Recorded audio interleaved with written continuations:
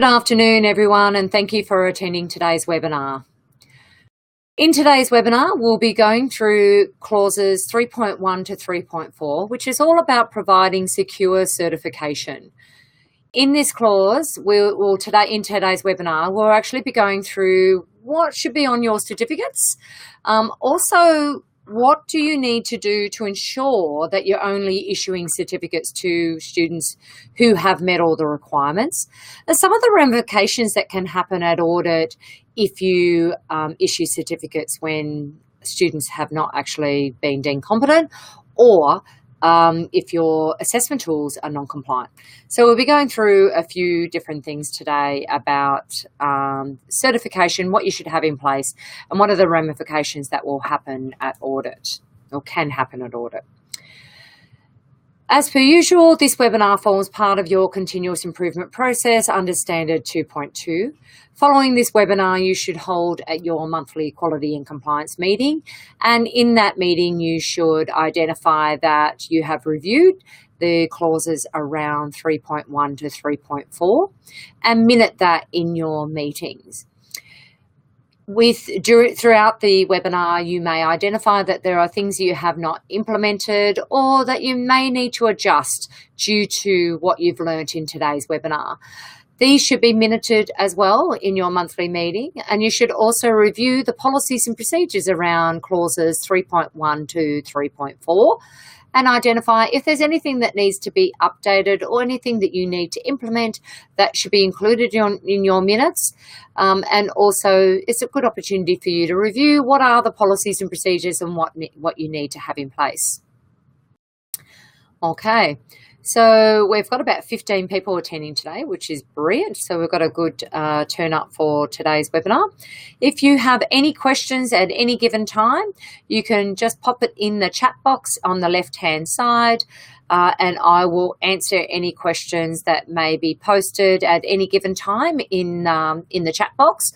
We are also recording today's webinar, so you will get access to a link to the webinar where you'll be able to watch the video again and or share the link with your team so that they can watch the webinar at any given time when it suits them best. Okay, so what is included within clauses 3.1 to 3.4 and what does it mean to your RTO? So your RTO must have controls in place to ensure that qualification statements of attainment and records of results are not issued unless the student has completed all assessment requirements. Inappropriately issued certification poses a significant risk to your RTO reputation and the vet sector. And we've actually seen this a few times when we go to audit, whereby, particularly for post-initial and re-registration audits, where there's been RTOs who've issued certificates when they hadn't actually collected sufficient evidence that the student has completed the required assessment, so they shouldn't have actually been deemed competent. One of the things that we've identified, what I've picked up when I've gone to audit, is whereby the trainer assessor may have just tick, tick, tick, tick, tick down the right-hand side, but when I've reviewed it against the suggested answers, the student has actually got the questions wrong. So it looks like the assessor has just done a tick, tick, tick, tick and actually not marked them against the performance criteria and the assessment conditions or as per the suggested answers for the assessment tool. So you've got to be really careful of that. And as a CEO or RTO owner, it's your responsibility to ensure that the evidence collected and that your assessors are actually marking correctly and that you've collected sufficient evidence to deem the student competent. So that's one of the issues that we've seen. But we've also seen where it may be that you go to audit and your assessment tools are not compliant. But we'll have a talk about that a bit later. But this is where your suggested answers is really important when you have your assessor guides. So you should have an assessor guide to assessment. And in that assessor guide is suggested answers that they should be addressing when they're marking their assessment tools. Now, it's not crucial that when you marking your assessments that you should have comments in every column. You don't need to have comments in every column. As an auditor, I'm more focused on, have you followed the suggested answers? Does the assessment tool collect sufficient evidence against the performance criteria and assessment conditions? But also, if the student has not met the requirements of the unit, where are the comments from the assessor then guiding the student on the right track? So I've just got a question. What if the student was orally assessed and deemed competent by their trainer? That's not a problem, but you need to have evidence of that. So you can do oral assessments, but there should be an oral question sheet that they're completing, the trainer is completing, and there should be comments there of the oral questioning and what evidence the student has provided back. So if the student has once the student has answered the question, you should be keeping a record of the questioning, what you've asked them and what the answers are, what they've given you as an answer. So it's really important that you collect sufficient evidence that demonstrates that the student is competent against the performance criteria and assessment conditions. So to reduce this risk, you should have systems in place to ensure that certification is only issued to students that have fully demonstrated their competence against the training product. So it should be against each performance criteria and assessment conditions. And that should be, so if you're using oral questioning, you should have a tool that includes an oral questioning sheet and suggested answers that the student should answer as part of that oral questioning. Or demonstration is the other one, is collecting sufficient evidence. Like if you're getting a student to demonstrate their competencies against a performance criteria assessment condition, you should have a tool that the assessor is using, collecting evidence that the student is competent against that performance criteria and assessment condition through the demonstration. So it's okay to use a range of assessment tools and a range of types of assessments, as long as you're still collecting sufficient evidence that the student is competent against that performance criteria and assessment conditions. So there are different things, ways that you can collect evidence. So with written, it's a bit easier because they normally got an answer against the written question. Oral, same. Oral questioning, you should have suggested answers, and then way that you are recording that the student is competent against the oral questioning, and same with demonstration. Or it could be a portfolio of evidence. There's a range of different ways, but you need to ensure that you're collecting sufficient evidence. So one of the ways that you can ensure that your assessment tools are meeting the performance criteria and assessment condition requirements is to validate your assessment tools. So we cover that off in a different webinar, but this is one of the ways that you can do it, is by validating your assessment tools against the performance criteria and assessment conditions. So it is a high risk if you deem a student competent and issue them with a certificate and they have not met the performance criteria and assessment condition requirements. So it's really important that you do collect that evidence. If your RTO delivers at multiple locations and or through a third-party arrangement, you should consider centralising the issuance of your certificates to strengthen these controls. So your certificates, the records of your certificate issues should be maintained in your database, and that was one of the webinar questionnaires that I had today. Was we wanted to identify, are you using a database? I didn't have an option of if you didn't have a database. I just had a range of or other. Majority of people just answered if you did not. We had one person who contacted and said, oh, actually, I don't know because they're a trainer.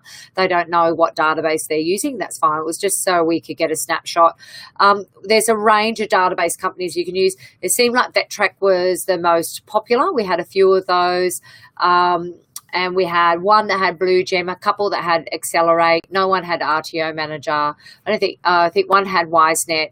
We didn't have any who were using Job Ready. So it's interesting to see the types of databases that you may have. Now, if you are using another database other than the ones that I had in that poll, I'd love your feedback. If you did not answer the questionnaire, the survey that I sent out prior to the webinar, I'd love to know what database you're using. If you can pop that in the chat box, just so that I can get just an idea of the types of databases that are being used. Okay, so that's what it means to comply. with these. So when you issue your certification, you need to ensure that you issue it within a timely manner. And that means to issue the certificate within 30 calendar days of the student assessment being marked. So that is where the legislation lies around there, providing all fees have been paid. Now, you do not have to issue any certificates if the student has not paid for their course. So, which is good. That's a great clause to have in there. But it needs to be issued within 30 calendar days of the student exiting their course or the student's final assessment being completed. So it should be when, actually it's funny because I got this information from the ASCA website, and it's actually the legislation states the student's final assessment being completed or submitted and marked. So it'll be interesting to see if they change that. They're currently reviewing all the standards at the moment. I could see them changing it so that it will be once within 30 calendar days of the last assessment being submitted. I could see that happening into the future. So you issue an AQS certification documentation directly to the student and not to any other party, such as an employer. It doesn't matter whether the employer has paid for the course or not. The certification must be issued directly to the student. Now, if the employer has paid, you can also issue a copy to the employer. So a electronic copy can be sent to the employer as well. But the student, it's a requirement that you must issue the certificate direct to the student. Issue students who have completed all units or modules in the qualification with a testament and a record of results. So if it's a full qualification, it should be a record of results. If it's a part qualification or a single unit, it should be a record of results which are within the statement of attainment. Issue a student who has completed one or more units, so it could be a statement of attainment. Ensure students can access records of certifications issued to them at any given time. So you should have a database that collects and stores data that is sufficient enough for a certificate reissue. So it should have specific information in the database, which we will be covering a bit later. So there are other requirements, and these are some of the things that we've identified for post-initial or re-registration audits, where we've gone to an audit and the auditor has picked up that the assessment tools are deemed not compliant. And that means that if you have got assessment tools that are deemed not compliant, it may be that you have not collected sufficient evidence that the student is competent because the assessment tools are non-compliant.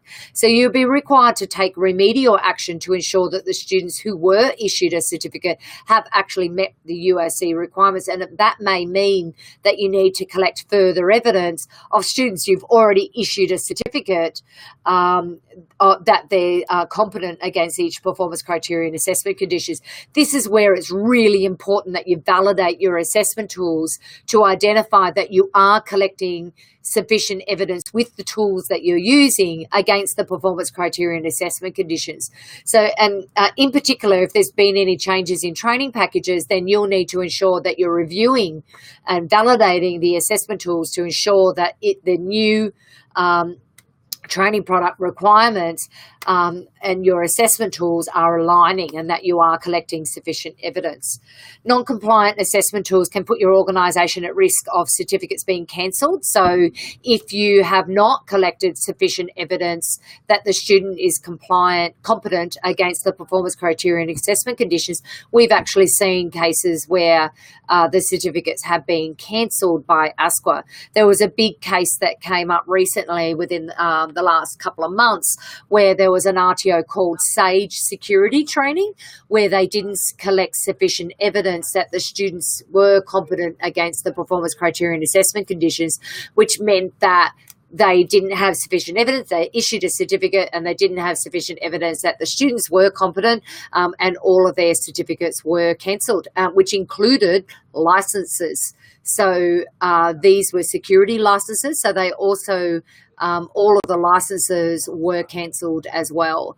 So there are major ramifications if you're assessment tools are not compliant against, as in they're not collecting sufficient evidence of the students' competency against each performance criteria and assessment conditions. So that's where it's really important that you validate your assessment tools so that you are collecting sufficient evidence. Now, this will depend, with regards to this cancellation, this will depend on the degree of non-compliance. So if there's only a few minor non-compliances with the assessment tools where you're not collecting sufficient evidence, it may be that you will not be required to take remedial action, but you need to make sure that you are validating the assessment tools against the performance criteria and assessment conditions so that you know that they are compliant with regards to the training product requirements.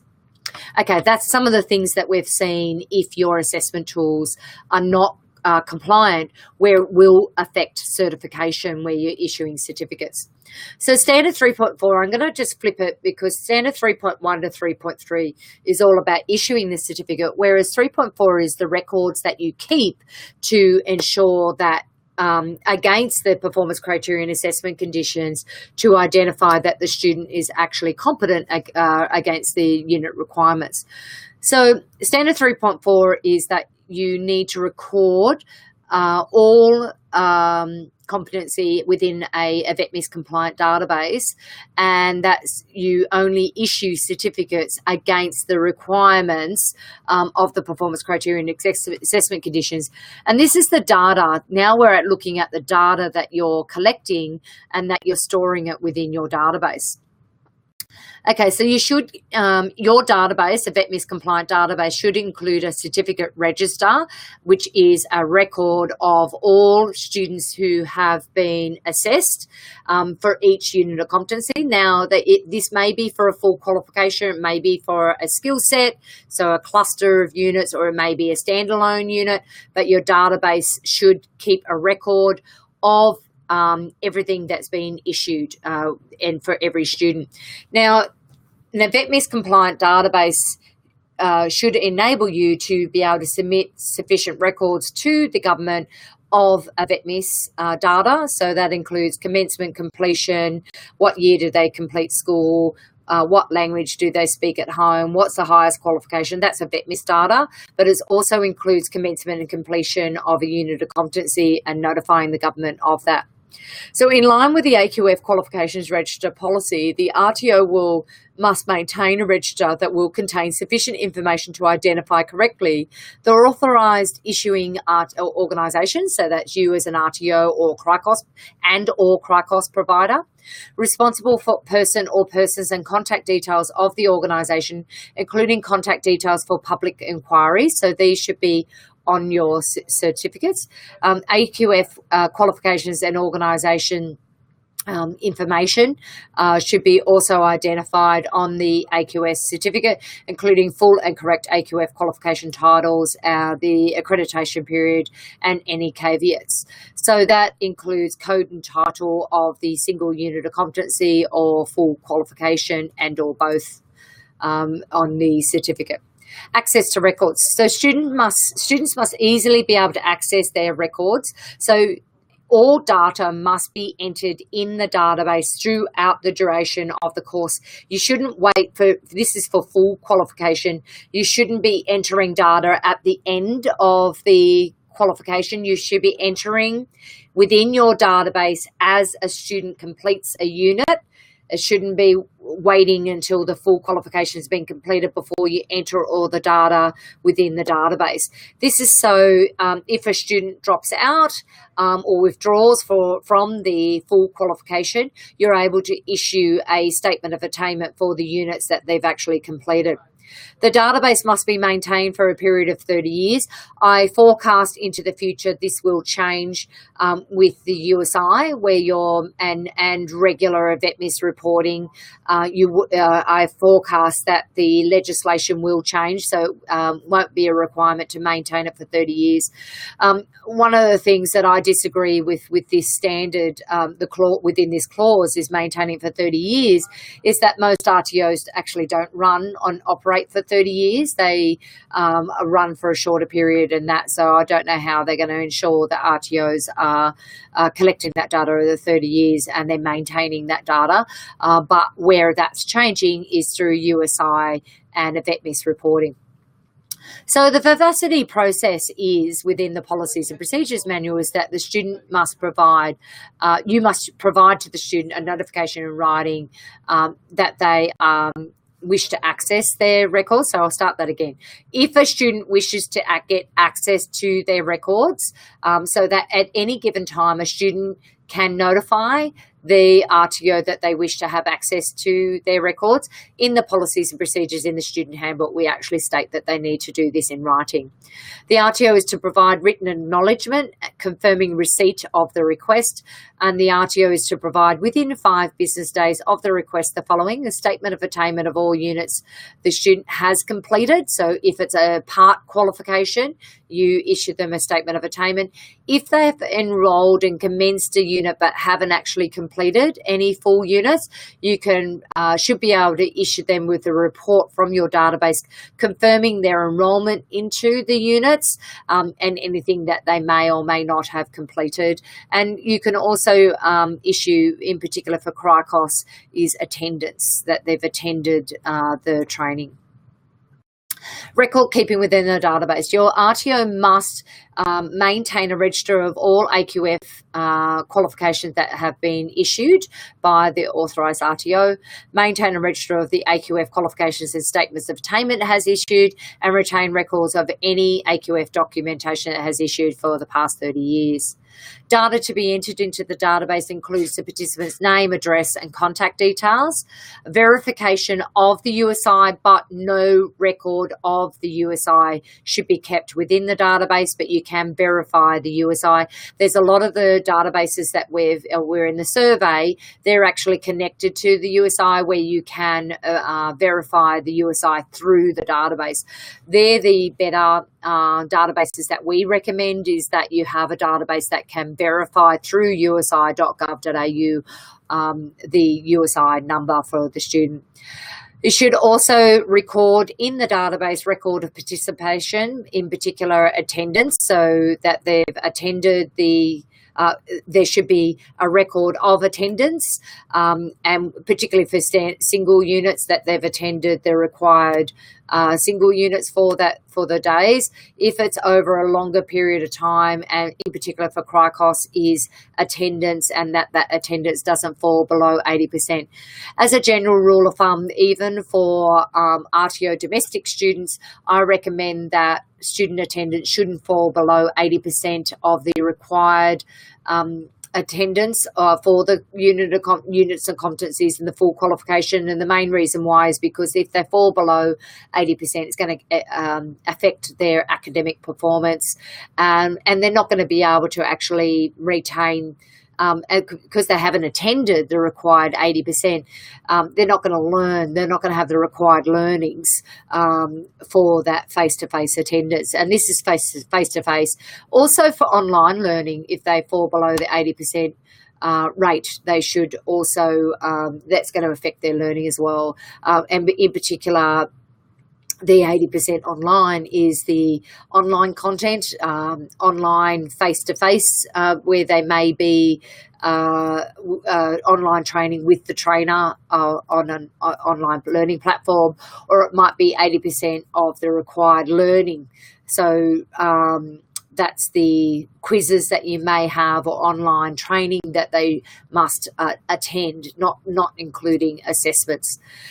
The database should also keep a record of all qualifications and statements of attainments issued. That includes a record of the units of competencies that have been completed, the trainer assessor details, so the name of the trainer assessor, the place of the training, where it was conducted, and the dates of the training.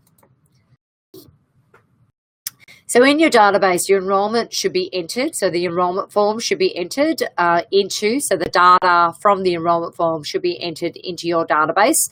So the enrolment to be entered in the database include the data from the enrolment form, training product the student is enrolled into, date of the course, location of the course, trainer's name, certified copies of any ID or other documents for recognition of prior learning or credit transfer. So you need to record that within the database as well. Okay, I've got someone asking a question. If you have workshops that sit outside your content and assessments, Didasco, what database can we use to maintain the attendance of these workshops? So that's within your that's attendance within your online learning platform. So that's sufficient as well, as long as you're able to show an auditor at any given time that their attendance ranking. There are some systems like, I think actually Didasco do plug into some databases, for example, Accelerate. Compass does, Canvas, sorry, not Compass, Canvas also, with regards, if you're using Canvas and an online learning platform, that plugs into Accelerate, so, or some other databases. There are a range of databases. So you need to go to your online learning platform provider to identify whether that online platform will talk to certain databases and your database in particular to maintain a record of attendance.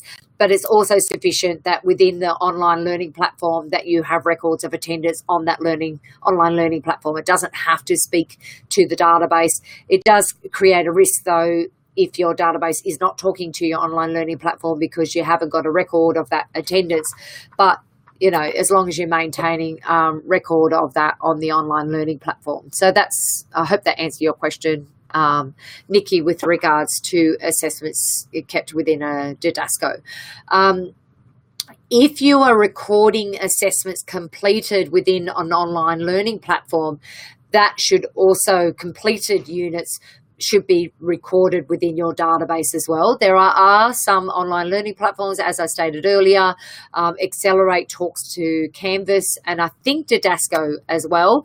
But you need to have a look at your online learning platform for assessments completed online. How is that talking to your database and recording it within your database that they've completed assessments online as well. But your database must record completions of units of competencies. All units must be recorded within the database for a period of 30 years. So that with regards to assessments, that must be recorded within your database.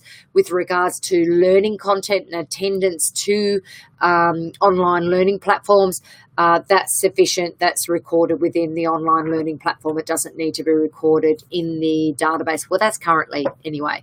But all assessments results must be recorded within the database. So we actually have a document within Unicorn that you can access for assessment verification. So the requirements in our policies and procedures for full qualifications or a skill set is a assessment verification form, and we're going to have a look at the assessment verification form and what that means. Just a reminder, you should have USI and you should be advising your student that they must have a USI and that USI must be verified before you issue any certificates. So you cannot issue any certificates without verifying a USI. Thank you, Navneet, for advising me that you're using Inquiry Mate. And what's Stella? Is Stella an online learning platform, I'm assuming? So, and does Stella talk to Inquiry Mate if you are using that system? But Inquiry Mate is also a VETMIS compliant database as well that you can use. Okay, so this is your part of our policies procedures within Vivacity. If you are issuing full qualifications or a skill set, you should be using an assessment verification form to identify that the student has met all the requirements of the unit of competency and the performance criteria within those units. It's a good way of recording for your trainer. It's a tool that your trainer can use to record completion of units of competency. So the way the policy and procedure should work is that the assessment tool, once it's completed, should be maintained. The record of that should be maintained by the RTO, and the completed assessment tool should be stored by the RTO. The hard copy or record of that assessment should be kept for a minimum of 6 months following course completion.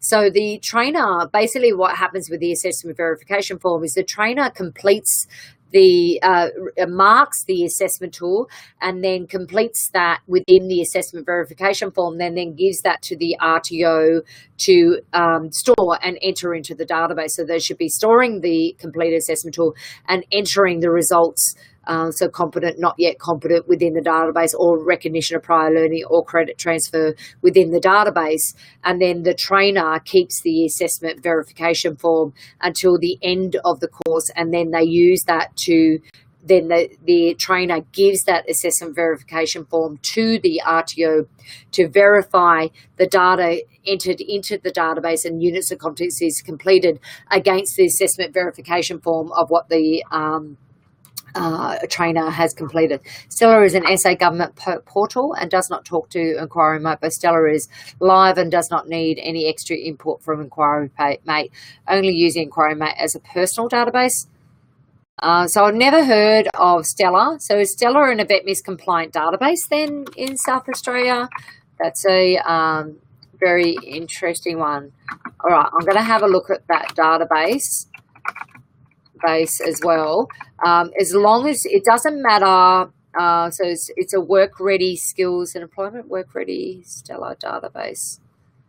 Just have a look at that. As long as your RTO is maintaining records of all course completions in a database, it just has to be it just has to be an VETMIS compliant database, and that you keep records of that for 30 years within the database, whether it's a free database or not. Okay, Stellar is a student training enrollment logistics application, is an online application for training providers to complete their VETMIS reporting requirements.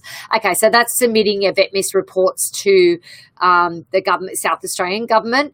You still need to have a database that keeps a record. So that's just a reporting portal. It's not a database. It's just reporting to the government of a VETMIS, of your VETMIS data. It's not a database that keeps a record of all of your student enrollments, and you should be issuing your certificates through that compliant database as well, which is Inquiry Mate. So Inquiry Mate shouldn't be used as a personal database. Inquiry Mate should be a record of all of your data. So this is any database, but this is in particular a question I've got here is Inquiry Mate is the database that they're using. You should be maintaining all of your data and issuing your certificates from within your database. Now, that was one of the questions I asked in the survey is, are you issuing certificates through your database? Because you should be, and there should be a register of all certificates issued within the database, should be kept on there. Good, that's good. So you should be doing that. But you should not be issuing certificates manually. They should all be recorded within your VETMIS compliant database of any certificates that you've issued. There should be a record in your database of all certificates issued. Okay, I'll continue with the assessment verification form. So the form should be contextualized for each, so this form that we have within Unicorn, it should be contextualized for each qualification or skill set that you're using with the assessment task name, code and title, and the type. So you should have the code and title of the unit of competency with the assessment tasks that are relevant for each unit of competency. So it might be for each unit, for a particular unit, you have a oral questioning assessment tool, you have a written assessment tool, you have a demonstration assessment tool, you have a portfolio of evidence, or you have third-party reportings. So each type of assessment tool should be recorded within each unit of competency on the assessment verification form, and the trainer should be ticking off as the student completes each assessment type, and they shouldn't be deeming the student competent until they've completed all the required assessment tools for each unit of competency. And that's what should be recorded on the assessment verification form. Now, it may be that the student has completed the written assessment, but there may be a workplace component that they haven't completed, and you cannot deem the student competent until they've completed the workplace component.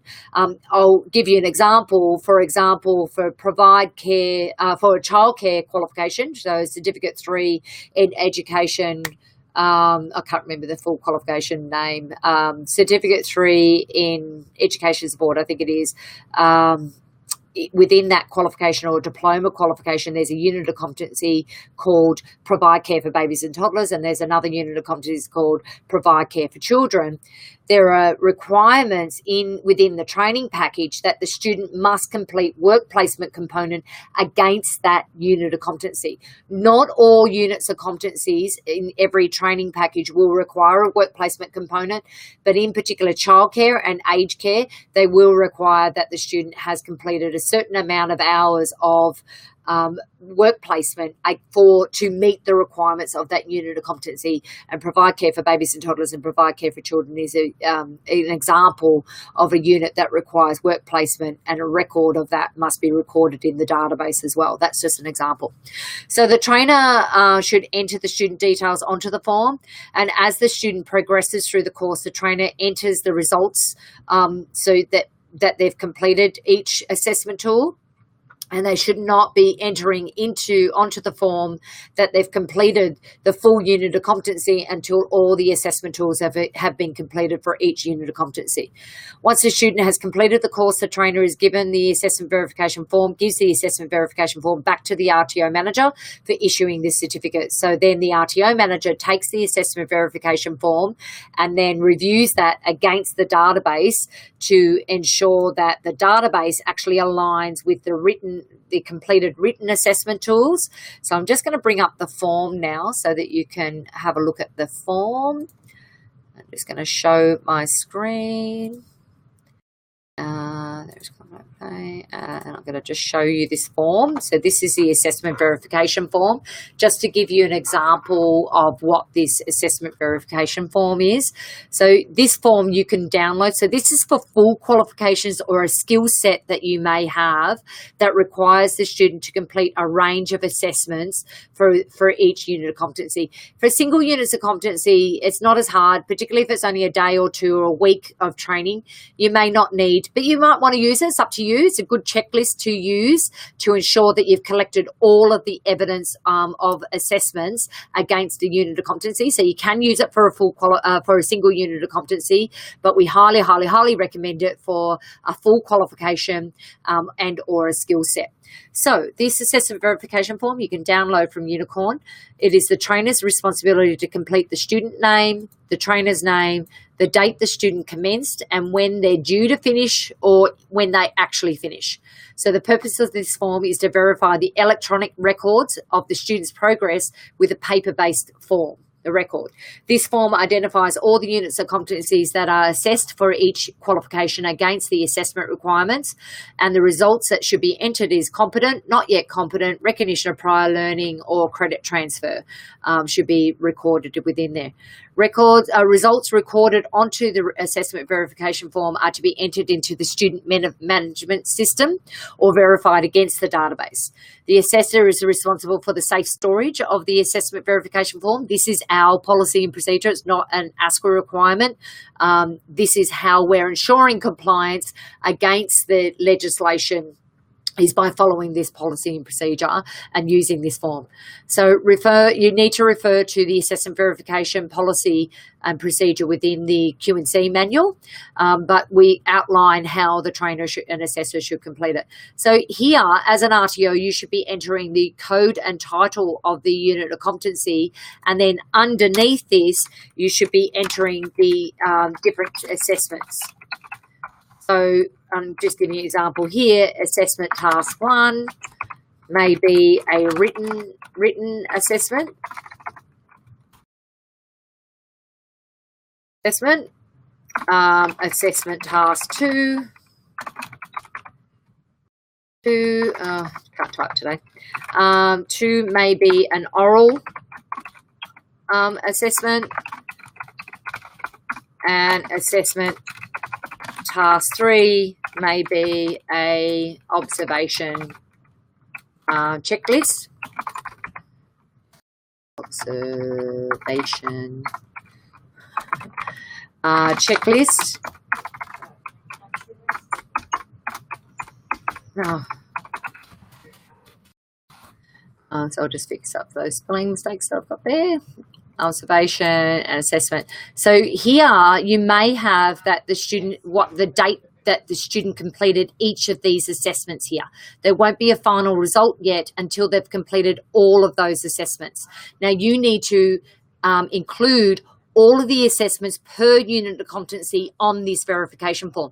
Now this is a requirement of you to complete this verification form and the template that your assessor uses. It's not something that we do, because you need to include each assessment tool per unit of competency for that full qualification.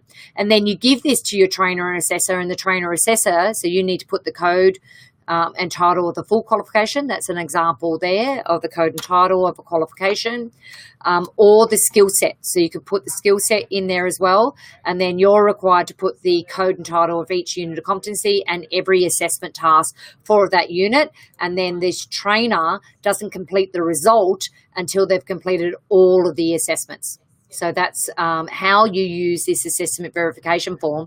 When the assessor then uses the verification form, they put the date that the student has completed each required assessment task, and then at the end of the qualification, at the end of the unit, they put in the result, but at the end of the qualification, they then give this verification form to the RTO manager, who then verifies the student's records, the online record on the database, so that what's recorded in the database against this assessment verification form.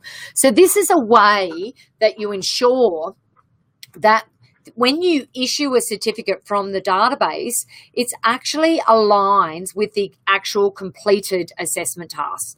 So this is one of the problems, and I've seen this within RTOs myself, where a trainer has marked assessments for a unit of competency, but the database doesn't actually align with the correct units or the units that the assessor has actually completed. Now, in order to ensure that your assessor is marking the right assessments, you put in this form what units and assessment tools they should be completing against each unit of competency, so that they are actually marking or issuing the right assessment tools. Because I have actually seen it where I've gone into RTOs and the trainer assessor has decided to change a unit of competency, or it might have been that the student was eligible for a credit transfer for a unit of competency. So they may need to add onto the assessment verification form the credit transfer that the student is eligible for. So you can, for a credit transfer, it may be a core or elective that you're doing a credit transfer. If a student is eligible, so they want to apply for a credit transfer for an elective that's not listed as one of the units that you're going to be delivering and assessing, they are eligible to apply for a credit transfer, and you swap out one of the units of competencies as an elective. You can't do it for a core. So a core is they have to do all of the cores, but you can do a credit transfer for a core unit of competency. But with an elective, you can swap out an elective if it doesn't affect the requirements of the training product as per listed in training.gov.au as a requirement of that unit. So that just gets a bit more technical there, but you can swap out an elective unit, but you cannot change one of the core units. They have to do one of the core, all of the core units, but you can do a credit transfer for one of those core units if they've got a direct equivalent. So a credit transfer is a direct equivalent unit. Okay, I've gone in a bit further. I know you thought this was just about certification today, but this is how you verify that the student has actually met all the requirements of the unit of competency before you issue a certificate, because you don't want to be issuing a certificate for units that the student may not be deemed competent in. Okay, so prior to distribution, in order to ensure that the student is issued with the correct certificate, it is the CEO's responsibility to check that the correct units of competencies are on the certificate or the record of results and or the statement of attainment. So it's your responsibility to make sure that they're issued with a certificate for the right. Now, I've seen this. I've actually seen this happen. I've actually had a staff member come and work for me who was issued with the wrong certificate. She actually did a certificate 3 I think it was, or 2 in business admin. So it was certificate 2 in, no, would have been 3 in business admin. She was actually, that's the course she completed, but the RTO actually issued a certificate for 3 in business, not business admin. And they issued her a certificate with the wrong units. So she actually completed what she completed assessments in, the units, that she was issued a certificate with the totally wrong units. So this happens. So you need to make sure, as the CEO, you're responsible that you only issue certificates in which the student has been deemed competent, and you have evidence to support that for each assessment tool that they've completed. So it's your responsibility to do that. The correct student details, including spelling, is correct on the certificate, so the spelling of the name. And the only way you can verify that is through a photo ID. So you need to ensure that you collect evidence of a photo ID has been cited, and that you've verified the student name through the photo ID is the same in your database. So, and the spelling of that name. The correct code and title of the unit of competencies and the qualification are entered within the database, and you can't have a spelling mistake on the code and title of the unit of competency or the full qualification either on your certificate. So that's your responsibility to check that prior to issuing the certificate. So tips for ensuring the integrity of your certification. So ASCA will focus on evidence demonstrating the integrity and credibility of qualifications issues. This might mean that they test that your systems and risk controls are robust. That's why we have the assessment verification method as our policy and procedure. ASCA may look at whether your issuance practices aligns with your documented systems, for example, confirming with past students when the certificate was issued. ASCA's previous regulatory experience has found examples of non-compliances with these requirements. To ensure the integrity of qualifications, RTO should avoid inadequate verification of identity when online delivery and assessment is used. For example, not ensuring that the person completing the assessment is the actual person who's been issued with a certificate, and you actually got that verification. Using outdated course materials or outdated information such as superseded units of competencies. Not clearly identifying the RTO on the certificate that you're issuing. Inaccurate or incomplete registers. Not providing information about, accurate information about the RTO and the language in which the course was delivered. Not providing a language of instruction. For an organisation providing training in languages other than English, you can only do that overseas. So if you are delivering training and assessment in another language, you can only do that in overseas. You can't do that in Australia. In Australia, you must deliver all your training and assessment in English and issue the certificate. But you are allowed to deliver training and assessment overseas in another language as long as it's clear on the certificate what language you delivered and assessed the student in.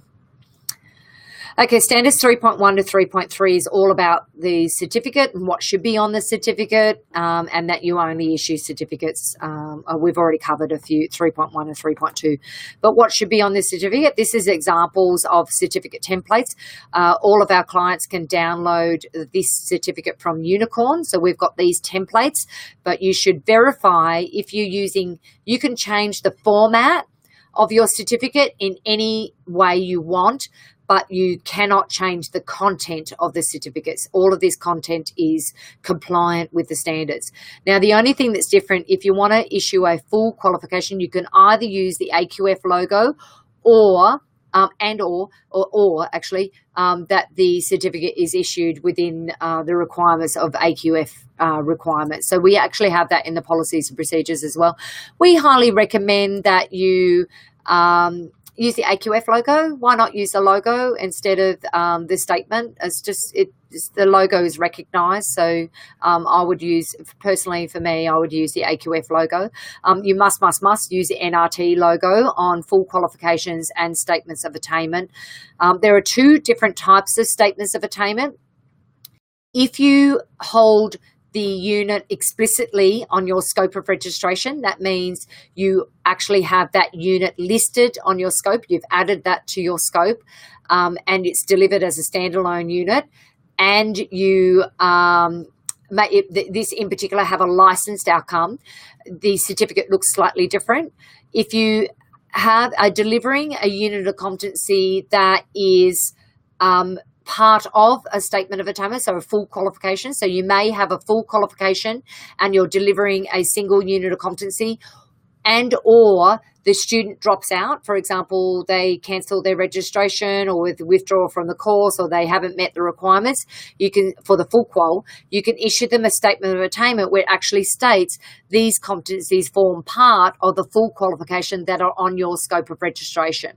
So that's the difference with the two statements of attainment. So you should have a look at them. There's one that is a unit within a full qualification, and then there's a standalone unit that you can issue a statement of attainment. So it should be clear on your statement of attainment if the unit forms part of a full qualification.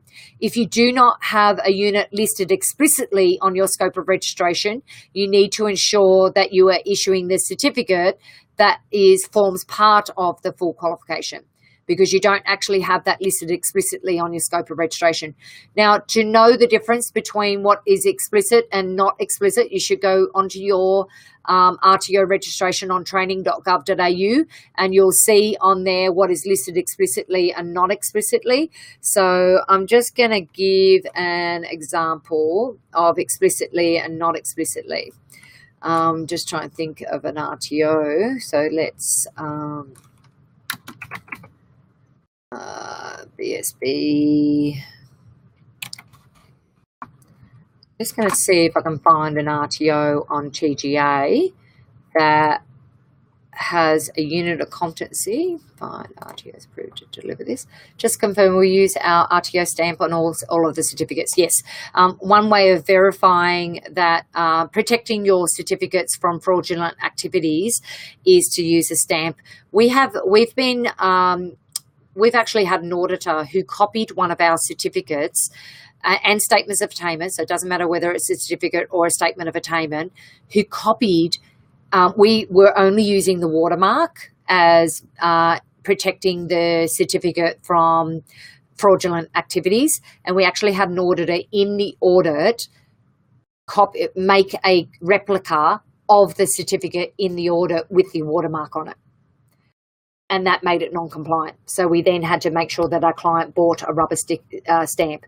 That is a way that we ensure that our clients meets the requirements for protecting the certificate from fraudulent activity, is by having a rubber stamp, because a rubber stamp is not easy for someone to buy. That rubber stamp, it's not going to be in the same spot, stamped in the same spot every single time, and it looks a bit different when it's a stamp compared to when it's something that's on the certificate as part of the electronic file. The other thing you can do is things like embossing. So you could have an embossing stamp, or you emboss your certificates. So that's another way of doing it, because it's hard for someone to emboss a certificate. So you can have them pre-done, all of the certificates pre-embossed, and that you can do that through a printer. That's okay. You can do that as well, but that's an expense as well. But it's ways that you protect the certificate from fraudulent activities. Okay, so I'm just bringing up an RTO that has a qualification on scope, and I'm just going to share my screen and go back. I'm on tga.com.gov.au, and I'm looking at an RTO that has qualifications listed on their scope of registration. Okay, so you should be able to see my screen now. I've just randomly selected an RTO, and on this RTO scope of registration is a range of qualifications in business. You'll see here that there's no units listed here. If there were units listed here, that would be explicitly listed on their scope of registration. They've got no units, but inexplicitly, so implicit on their scope, is all of these units. These units are included within these qualifications. Now, you can deliver a course, not a qualification. You can deliver a course or deliver these units as standalone units or as skill set. That's not a problem. And you can issue a statement of attainment, but that statement of attainment would form part of a full qualification. So you would have a single unit. So this is a standalone. So this is if you were doing it explicitly. So if there was a unit listed explicitly on your scope of registration, this would be the statement of attainment you would use. And if it's not, if it's not listed explicitly on your scope of registration, you need to state this. These competencies form part of the qualification code and title that is actually listed on your scope of registration. So, for example, this RTO has Certificate for in Training Business Administration, BSB 40515. They may want to deliver a statement of attainment or a skill set, or a student has dropped out. They would issue a statement of attainment that would be part of, those units would be part of the full qualification. I've just got a couple of questions there. I was just trying to make sure that you understand. Do statements of attainment need to be printed, or can they be sent via email? So this is a problem. We have some auditors are okay with it. Most auditors are not, because it's how you verifying that the electronic copy of the certificate is not fraudulently, it hasn't been fraudulently produced. So it's down the track. It's not when you issue the certificate, is when the student then takes that certificate to another RTO. How do you know, or not another RTO, to an employer, they take that certificate, how do they verify that hasn't been fraudulently produced?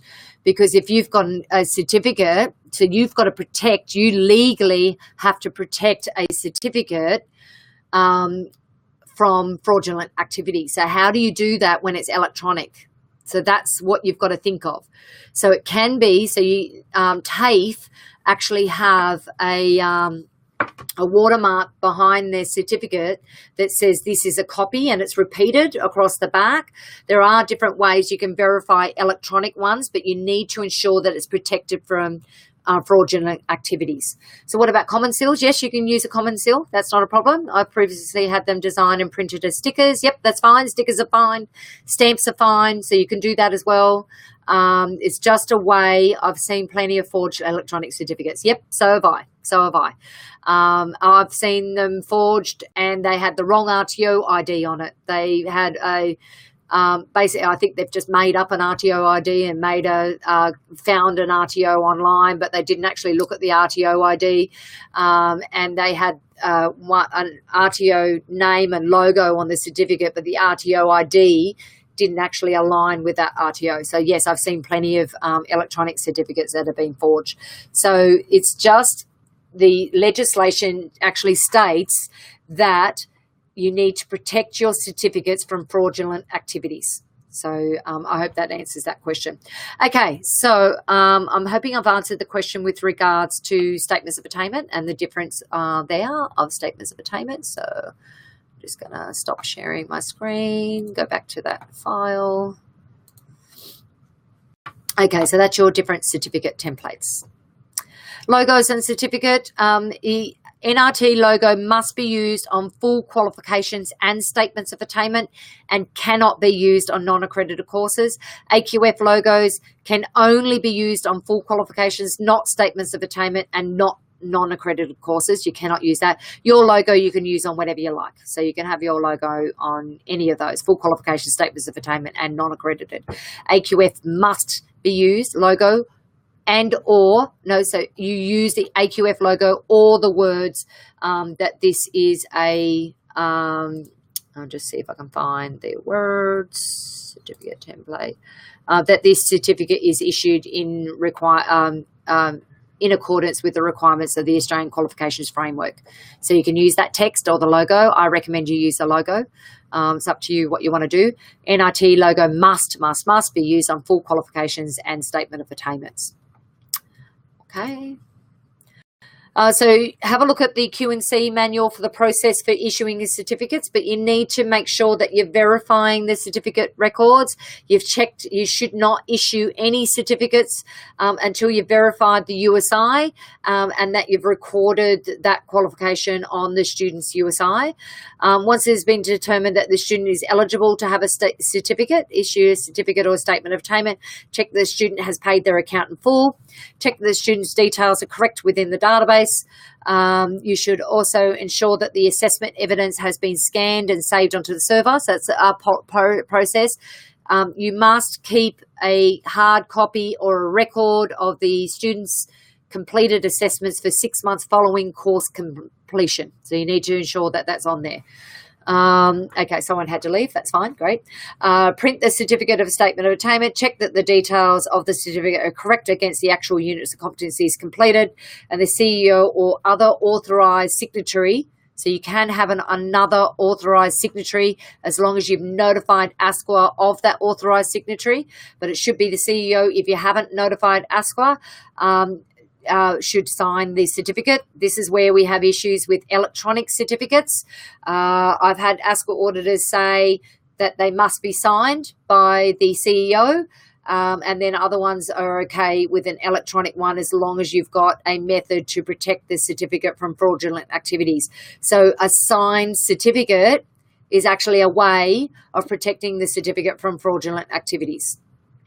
You can do that, but I still recommend use a stamp or a sticker or something like that as well, because there have been people who have copied signatures and then replicated a electronic certificate with that signature.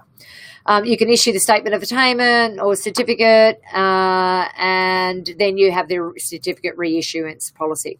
So certificate reissuance process. So all reissuance of a certificate documentation will be based on the verification and authentication of testimonies issued by the RTO prior to issue.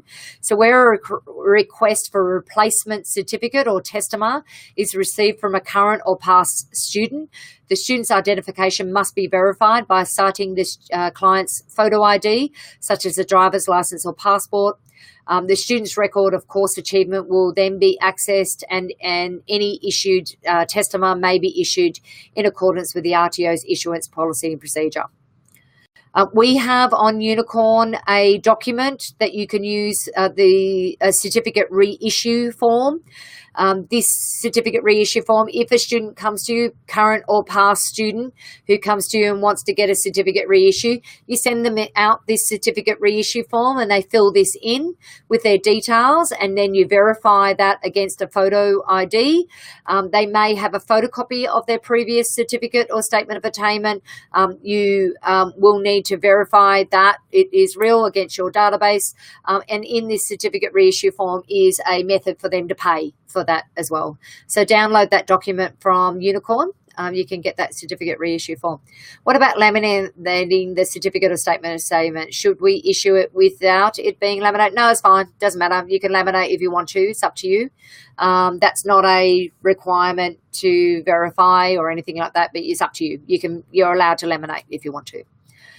Okay, that's the end. That's it for today. If you want to know more information, there's actually a website. You can go to the ASQA. There's a fact sheet that ASQA have. I'm just going to pop that in the chat box that you can go to. And it's all about sample AQF documentation. So you can check that fact sheet against what you're actually doing on your database. Next webinar is on the 3rd of September, on Monday at 3 p.m. on the 3rd of September. Thank you very much for attending today's session. If you have any further questions, you can just pop them into the box. Oh, I've got a question there. How long, what was that question? How long do we need to keep assignments for students who withdrawn from the course? It's 6 months from course completion. So if they withdrew, it's from 6 months from when they withdrew from the course. So you've got to keep a hard copy or record of all assessments completed for 6 months following course completion. Now, there is a caveat on that.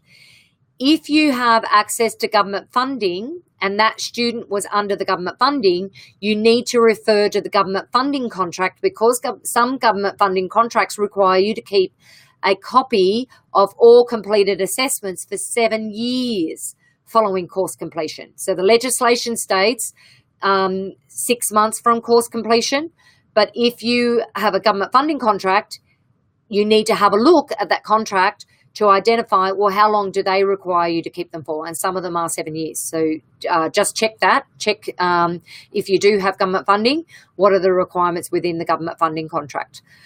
Thank you very much for attending today. I hope you got a lot out of that webinar. And as stated earlier, there will be a copy of the webinar sent out to everybody following, so it should be within the next day.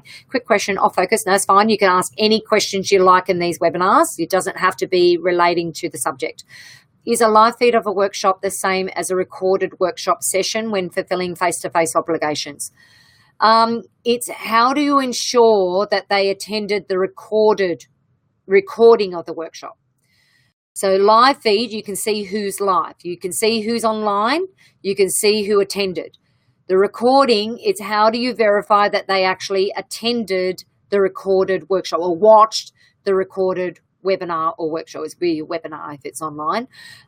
So there are some online systems like through any meeting, this system that we use, we can send our clients a link to the webinar, the recording, and if they watch the link on the recording, we can verify because we can see how long they watched the recording for. So if they watch the whole lot or only part of, whereas if you use YouTube, we can't do that. So we can't see how long. So all of our webinars go onto YouTube and we send that out to clients, but we can't actually see if they have watched the recording or not because we can see that people have watched it and how long they've watched it, but we don't know who has watched it. So you should have activities embedded in the workshop to ensure that they watch the entire thing. Yeah, that's a way of doing it. Yep. So you can have activities and it's just a requirement that they complete the activities. So it just depends on how you're doing it. Are you doing the online content as part of an online course, or is that someone who's coming face-to-face and then you have some online content for them to do at home separately? So that's just a question you need to answer. So if they're online course, okay, if they're doing an online course, then you need to keep record and additional content. So if it's additional content, so an online course, you need to keep record of how long they've attended and that they've completed all the required online content. And as I stated, it's a requirement that they complete 80%. But if you have activities embedded within the webinar that's recorded, then yeah, they need to complete that additional content. So that's a good way of verifying. Yeah. Hope that answers your question. Does the student have to give in writing to withdraw from a course or verbal consent? It should be in writing. All withdrawals should be in writing. If the student doesn't do it in writing, then you need to record it somehow. So you send them in writing confirmation of their withdrawal. So if they don't give it to you in writing, you confirm with them in writing. Okay? Thank you very much for attending today's webinar. If you have any further questions as part of your membership, you can always get in contact with your client liaison officers who can answer your question as well.